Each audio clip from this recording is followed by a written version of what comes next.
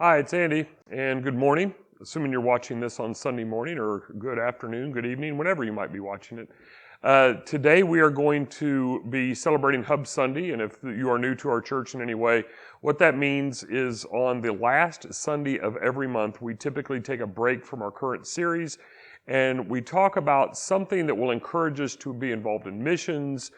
We have some sort of emphasis on primarily missions, whether it's local, international, whatever, and we take up a special offering for some of the pastors in Kenya and things like that. So that is today. This is February 28th is the day that this recording will air, and our passage for today is on 1 Samuel chapter 14. Now this is a story about Saul's son, King Saul, his son Jonathan, and an unnamed young man who was Jonathan's armor bearer. Those are the primary people. And what we're going to talk about today from this passage is the idea that we need to do more. Now, I may forget to say this in the message, but so I want to make sure this is clear now. I realize our schedules are pretty packed. Mine is overly packed right now, and that's my own fault. I've said before that God gives, if there's one thing that God gives everybody equally, it's not height, it's not weight, it's not anything like that, it is time. We all have the same amount of time. So if we're too busy, it's not God's fault, it's ours. And right now, it's my fault that I'm too busy. I must own that. I admit it. I can't do anything about it for a few months until some obligations cease, but in the meantime, I just have to get on with getting on. So when I say we need to have more, it's not about having more. It's not even necessarily about doing more, although that's going to be my emphasis today. Really, it's about being more. Being more. And that is being more like Jesus, being more like God. But if we are more like God, then we will do more like God. And really, that's ultimately what I'm suggesting for us. But the word more is going to be spelled out for us. I'm going to use each of those letters as one of our points today. And so when I talk about doing more, maybe it's not that you need to do more. Maybe it's that we need to do more. Maybe because the idea is that everyone does a little bit more, a little bit less. My videos this week, the daily videos, will go more into this on each of the letters, looking specifically at Maslow's hierarchy of needs and tying that in. But ultimately, the idea is that, if all of us just did a little extra, maybe some of us might actually do a little extra in areas that we're better at, meaning that we wouldn't have to do as much in other areas. But if we all just did a little extra, first off, that would be extraordinary. But secondly, if all of us did a little more, then collectively, we would be doing a lot more. So again, the word more is not standalone. I'll go into that momentarily. I do encourage you to continue to support us through prayer, through your financial giving, etc. You can do that online through our webpage, fairfaxmobaptistchurch.org, and click on the Give button. You can set that up on a recurring basis if that's helpful as well. I know my wife and I have found that helpful, and then we just write a check when there's extra beyond what we normally give. So, but you can also send a check directly to the church, P.O. Box 350, Fairfax, Missouri 64446. And I will have more announcements next week about what's coming up around Holy Week and stuff. We are going to postpone our Agape Feast. We'll just call that, just attribute that as another loss during the time of COVID. But I hope you are ready to engage. We are looking at 1 Samuel chapter 14, and we're going to look primarily at the earlier verses, but all the way through verse 23 today. I would encourage you to read the rest of the story beyond that. But hopefully this lesson today will encourage you and I, that is us, to do and be more.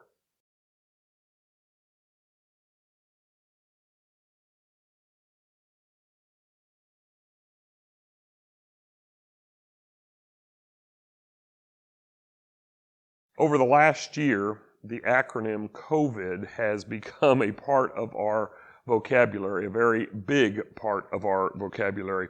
And we are just a couple of weeks short of when that virus began to really have an impact on us here in America, at least, our economy, our churches, our psyche, etc.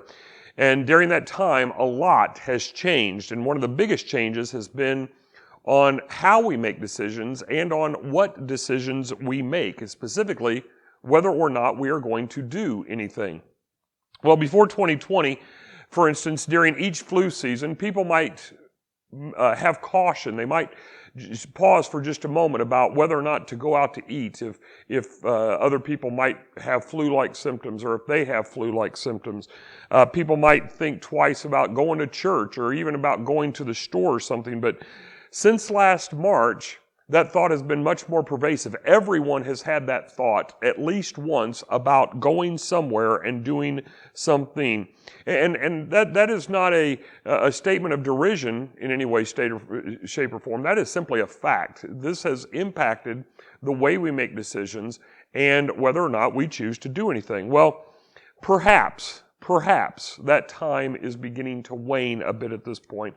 And if we look back at history, we can see the effects of other major things like this. For instance, just right at 100 years ago, 101, 100 or 102 years ago or so now, we had the Spanish flu, and after that pandemic was under control, it wasn't long before we have this term that is much more well known, at least here in the West, of the Roaring Twenties. So here in 1918, 1919, there was this pandemic and everybody was fearful and everybody was staying home and churches shut down, and very similar situation to what we have had over this past year, but the 20s were the Roaring Twenties. People got over it. People moved on.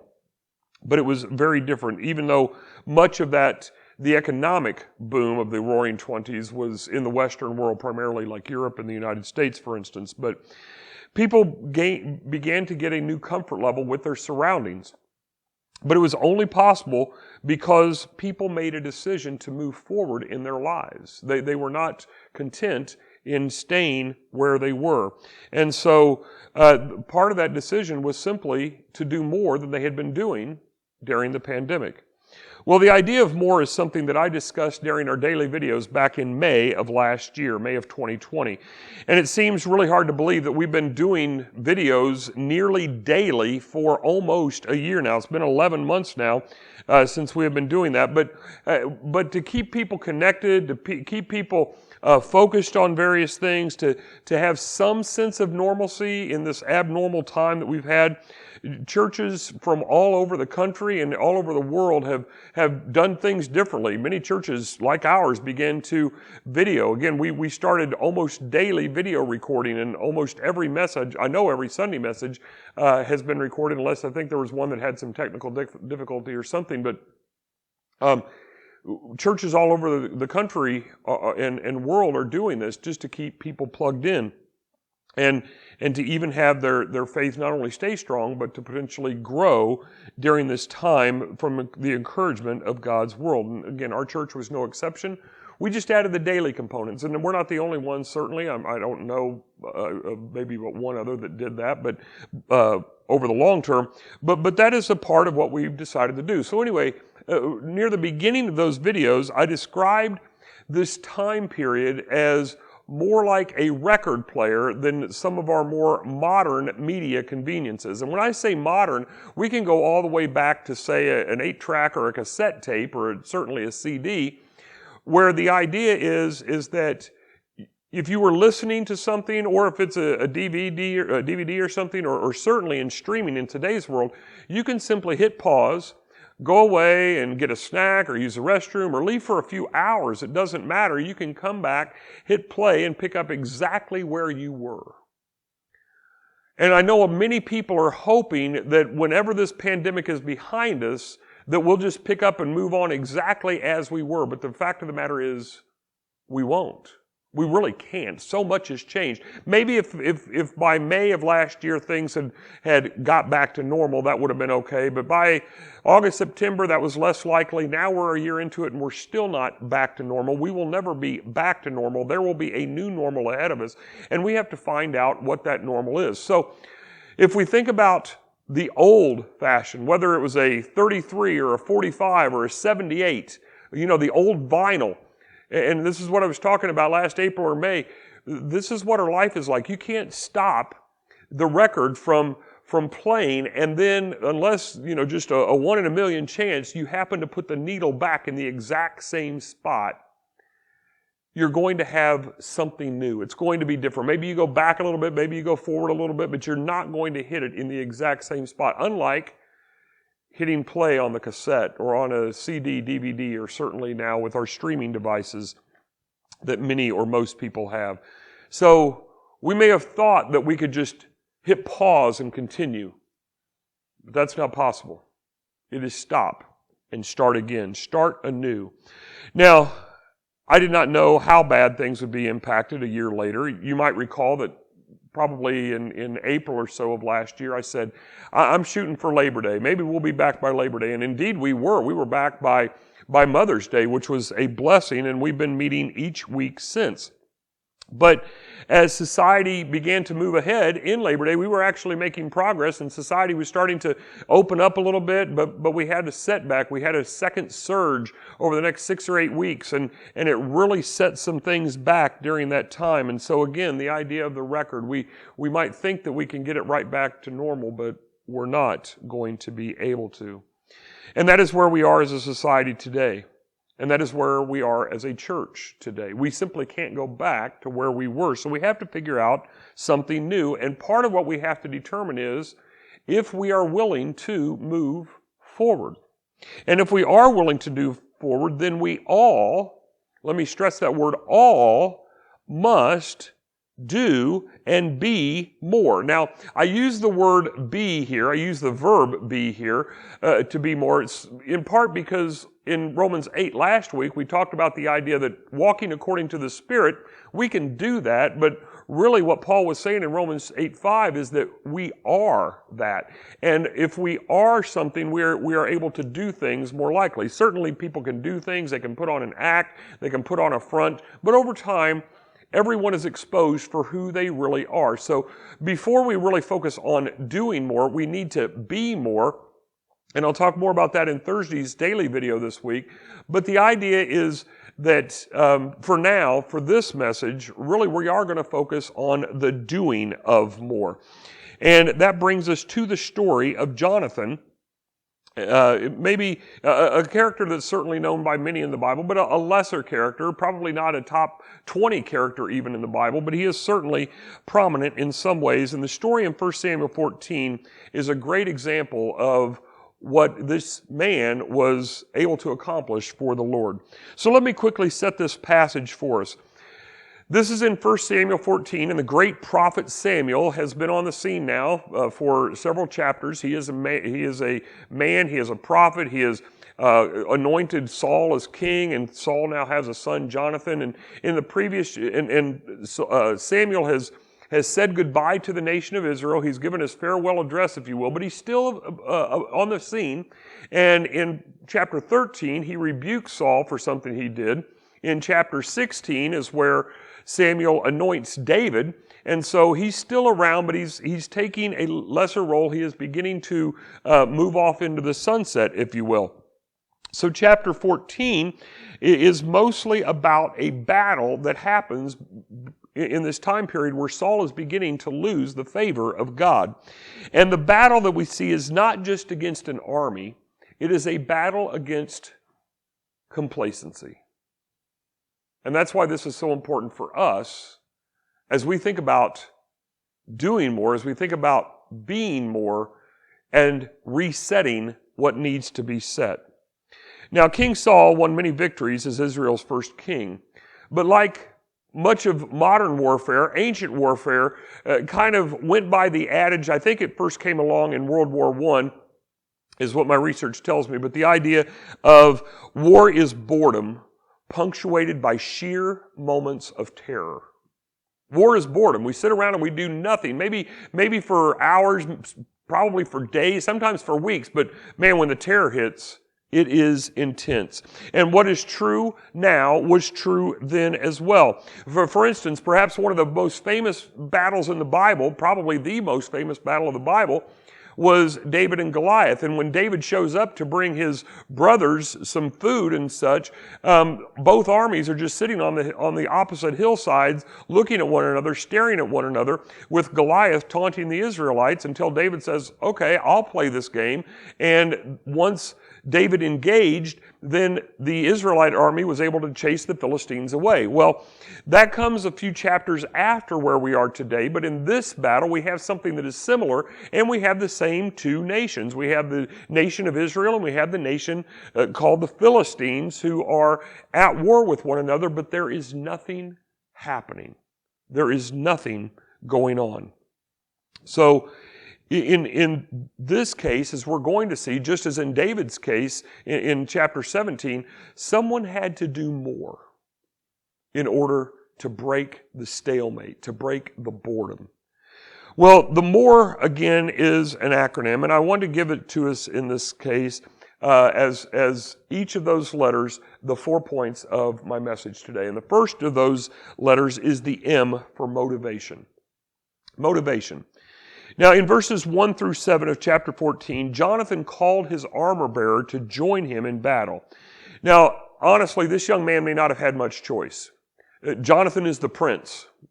Dad is the king, so Jonathan is effectively the prince, and if the prince says you're going to do this, you're going to do this. But you kind of have to wonder what this armor bearer was thinking when Jonathan said that they were going to go alone.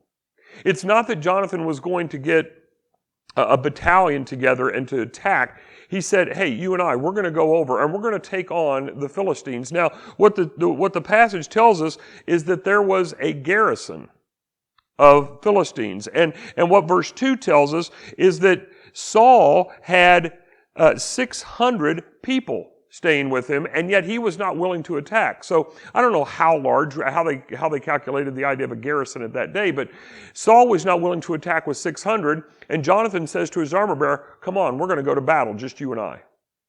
The idea, the strategy doesn't seem so good at this point, but it's very similar to, a teenage boy named David standing up against this mammoth giant named Goliath and saying, hey, the entire fate of our nation rests upon whether or not your slingshot can hit this man.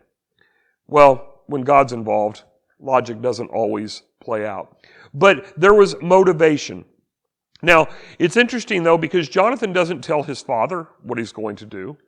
Jonathan was ready, and in verse 6 it says that Jonathan knew that the Lord could do a mighty thing. He didn't say he would do a mighty thing. It says that he knew he could do a mighty thing.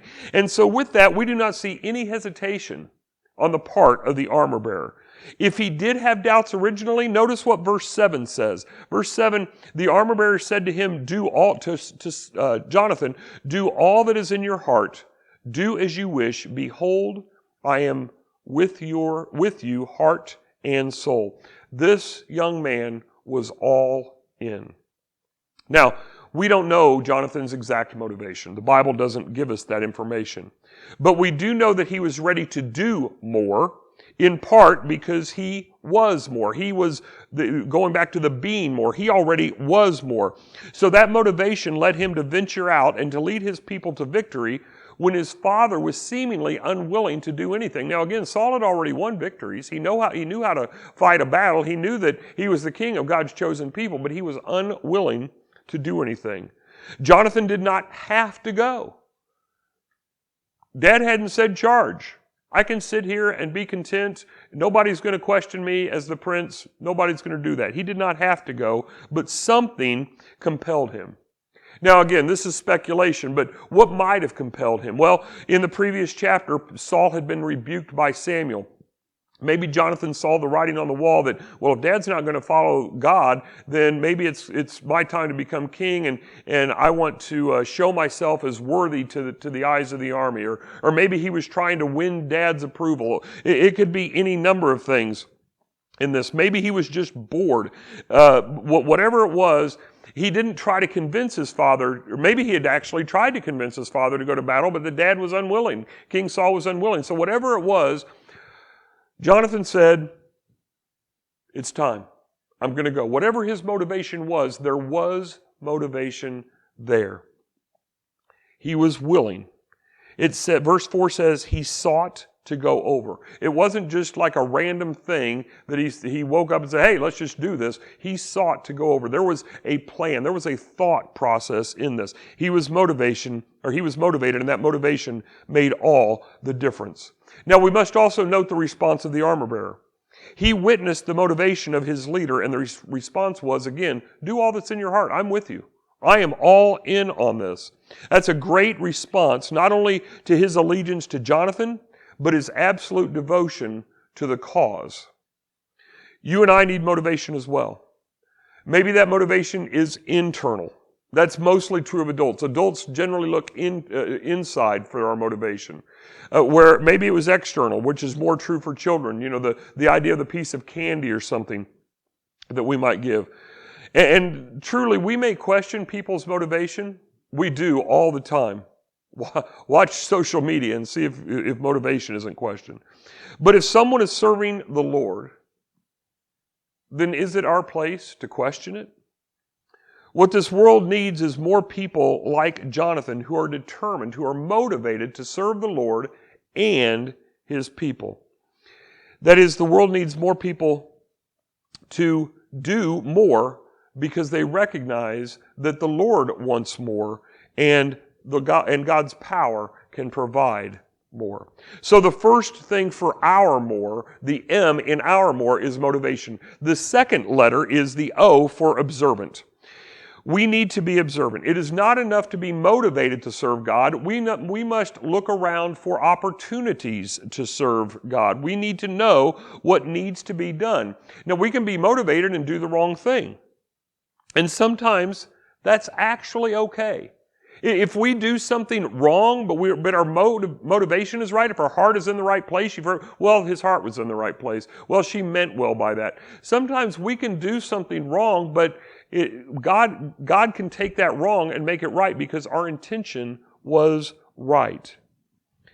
It's really this idea of being observant and then doing something with it is that idea of moving from intentions to intentionality, as I've talked about so much over this last year. But so what we do is not always right. But if we don't do anything, then we can never do what is right. If we take time to observe our surroundings, however, we can learn to be right more often than not. The story of Jonathan here does not represent his first time in a field of battle. We don't know how old he was here. We don't know how often he had been to battle, but we do know in 1 Samuel 13, Jonathan led a group of Israelites to victory. Here we are in the very next chapter, and if he led the troops to victory then, that probably wasn't his very first battle. He probably wasn't put in charge of a group of troops on his very first time out in the battlefield. But even if it was, he has a victory under his belt by the time we get to 1 Samuel chapter 14. So because of that victory, maybe he's a little overconfident. Maybe some would even say he's reckless. He is certainly ambitious. We cannot deny that. But we don't know his motivation for certain. But we do see in 1 Samuel chapter 14, verses 9 and 10, that he had a plan. He had thought out a plan. And that plan required them to not only know their surroundings, but to pay attention to the response when Jonathan and his armor bearer would appear before the enemy. Verses 9 and 10 say this, "If they say to us, 'Wait until we come to you,' then we will stand in our place and we will not go up to them. But if they say, 'Come up to us,' then we will go up, for the Lord has given them into our hand, and this shall be the sign to us." Now, in truth, again, Jonathan's strategy was not one that most people would apply by. He was outnumbered. It was 2 against a full garrison of Philistines. And worse than that, he was going to reveal his position. He was going to call out to these people, revealing that there were just 2 of them. And, well, at that point, there's no element of surprise. The victory is lost, at least in our mindsets. But what Jonathan knows is that he is observant, he is going to watch, and depending upon how they respond, it will be a sign of God to them. And if the Philistines reply one way, then he and the armor bearer will not do anything. If they reply the other way, then he is certain that God has given them victory. So they must carefully observe that sign. They go out, they do their part. They're motivated to do something, but now they're going to watch. They're going to be observant to watch for a sign for what to do next. And when they do that, they are going to discern the will of God in the moment. And we actually see a hint of motivation here. Jonathan, in verse 10, is suggesting that God is in this. So he's doing this for God, not just himself. Again, you and I, just as we must be motivated, we must be observant. The circumstances for us may not be as critical or as crucial in some ways, but just as the Israelites needed hope, people around us need hope. And if we're not preparing ourselves to be ready, we may miss the moment. But if we are not observant of the possibilities, then we are going to miss opportunities to help those around us and to bring hope to those who are in need. So we must be motivated and we must be observant, but we must also be responsive. And responsive is the R in more. So once we have observed the possibilities before us, once we have made our observations, then we need to respond. The response aspect of more, the word respond is the difference between being intentional and just having good intentions. When we realize that others have needs, then we have observed the situation. We know that there is something to be addressed. That may give us a reason to respond, but if we choose not to respond, then that is just good intentions. And as I've said before, so many good intentions throughout the history of this world are buried 6 feet underground with that person in a cemetery or in a lake or wherever their body might be found. But if we respond, even when we do not do so perfectly, we can make a difference. When Jonathan observed the sign that called them to come forward, he responded, and so did the armor bearer. His response obviously was not normal. When the Philistines saw Jonathan, they taunted him, and actually they taunted all of Israel in this moment. They say, come up to us, verse 12, come up to us, and we will show you a thing. Now, I don't exactly know what thing means, but I think we say something very similarly in our world where we say, I'll show you a thing or two. So these men, it says, of the garrison hailed to Jonathan and his armor bearer in verse 12, come up and we will show you a thing. Hey, you two, come here. Let me show you what this is. But there is even a further taunt. Because what they said prior to that in verse 11, look, Hebrews are coming up out of the holes where they have hidden themselves. So Jonathan's response in revealing himself is not normal at all. In fact, what we can gather from verse 11 is that whenever there was a moment of conflict that was about to happen, the Israelites tended to run into caves, bury themselves in holes, whatever was available, so that they would not be exposed, so that they could be hidden from the enemy. And Jonathan takes the exact opposite approach. Jonathan saw the sign that he needed and he went forward. He responded. Did Jonathan have fear? Well, part of me just says from a human nature, sure he did. But the Bible does not give us any indication that he did. His response in verse 12 was not the confidence that he had in himself. It was the confidence that he had in the Lord. Jonathan and his armor bearer went forward and killed 20 men almost instantly. Then confusion broke out in the camp. And we've seen this kind of confusion in other battles. For instance, when the lepers went into the Syrian camp, but the lepers the Syrians had scattered the night before, or in Judges chapter 7, where Gideon and his army of 300 famously defeat the enemy without even having to fight the battle, at least initially, because there was confusion in the camp. And that's what it says happened here, is that God caused this sense of confusion, and the Philistines began turning on one another. There were Israelites who had even joined the Philistines, and now they had confidence. They rose up and did something because somebody was willing, because of their motivation, because of their observation, and now because of their response. The others were about ready to join in and did join in as well. Again, like Jonathan, you and I need to be responsive. The world around us is hurting. When COVID is behind us, if indeed it ever is fully behind us, when COVID is behind us, the world is still going to be hurting. Maybe it will not have 5 letters, COVID. It will be something else. But the world is always hurting. More than that, you're hurting in certain ways. More than that, I'm hurting in certain ways. It's not just the world around us that is hurting. We, as a local body of Christ named Fairfax Baptist Church, are hurting, individually and collectively.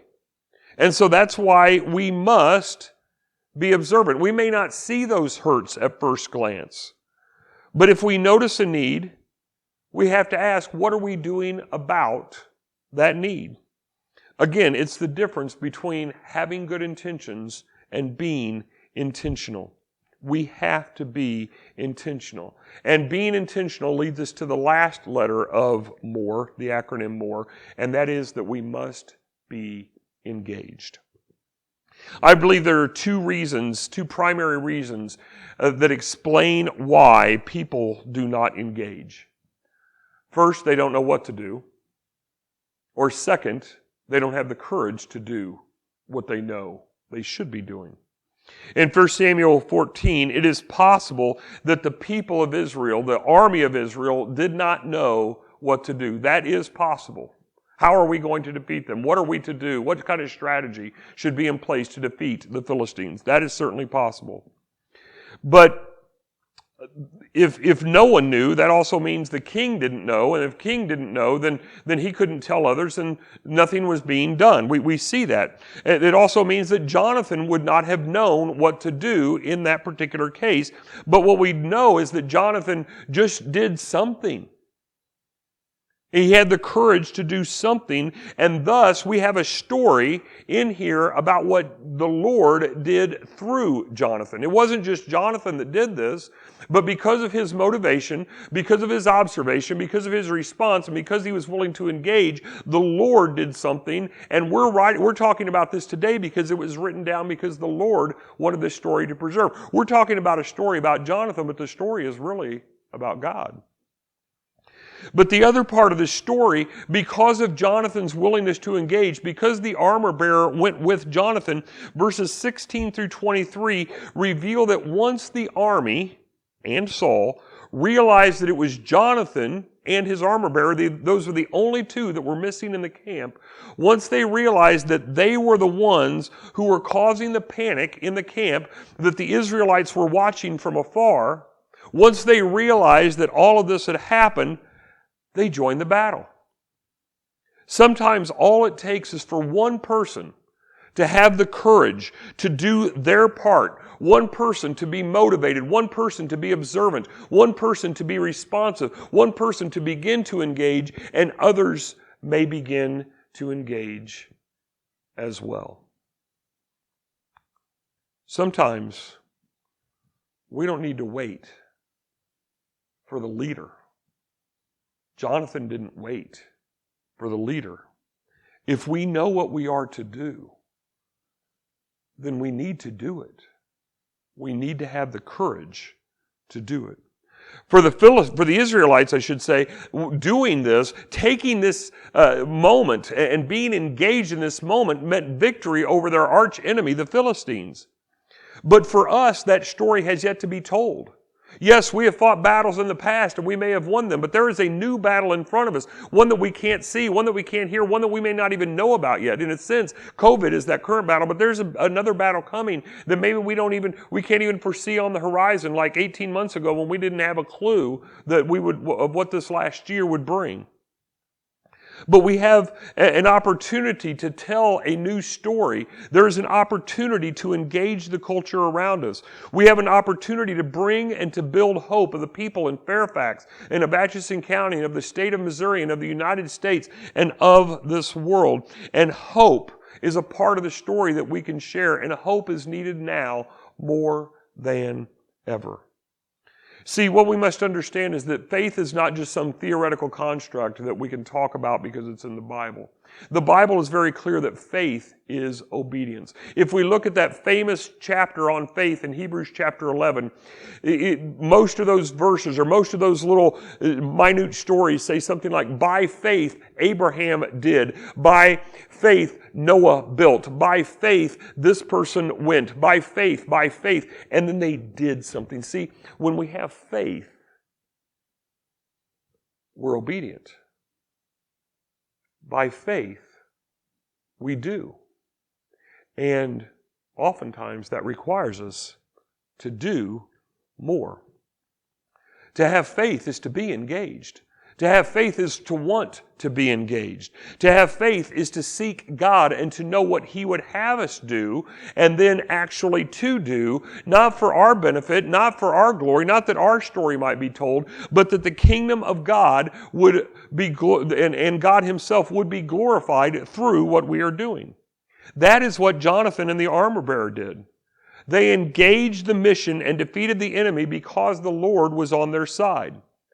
And the Lord is on our side as well. Jesus said in Matthew 28, I will never leave or forsake you. When we don't do something right, He will not leave or forsake us. When we do something perfect, He will not leave or forsake us. He is there. He is guiding us. And even when we are not motivated as much as we could be, even when we are not as observant as we would like to be, even as when we are not as responsive as we need to be, He will not leave us or forsake us.